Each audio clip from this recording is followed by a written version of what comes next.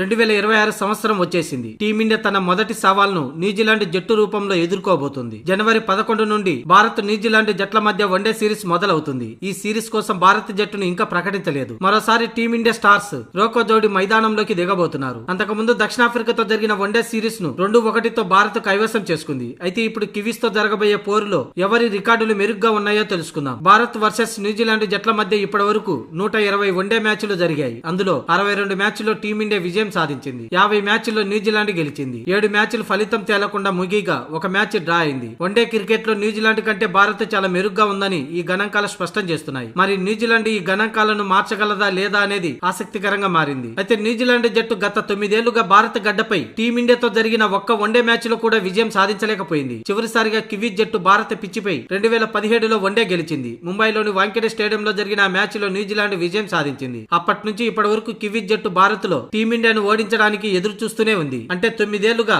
టీమిండియాపై New Zealand జట్టుకు విజయమే లేదు వన్డేల్లో. కాగా T20 ప్రపంచ కప్ కోసం అలాగే న్యూజిలాండ్ తో T20 సిరీస్ కోసం ఇప్పటికే బీసీసీఐ స్క్వాడ్ ను ప్రకటించింది. శుభమన్ గిల్ ని ఎంపిక చేయలేదు. కానీ న్యూజిలాండ్ తో 3 వన్డేల సిరీస్ కు మాత్రం శుభమన్ గిల్ మరోసారి టీమిండియా కెప్టెన్ గా వ్యవహరిస్తారని భావిస్తున్నారు. అదే సమయంలో భారత అభిమానులు రోకో జోడి ఆటను చూడడం కోసం ఆసక్తిగా ఎదురు చూస్తున్నారు. ఈ సిరీస్ లోని మొదటి వన్డే మ్యాచ్ 11వ తేదీన వడోదర క్రికెట్ గ్రౌండ్ లో జరగబోతుంది.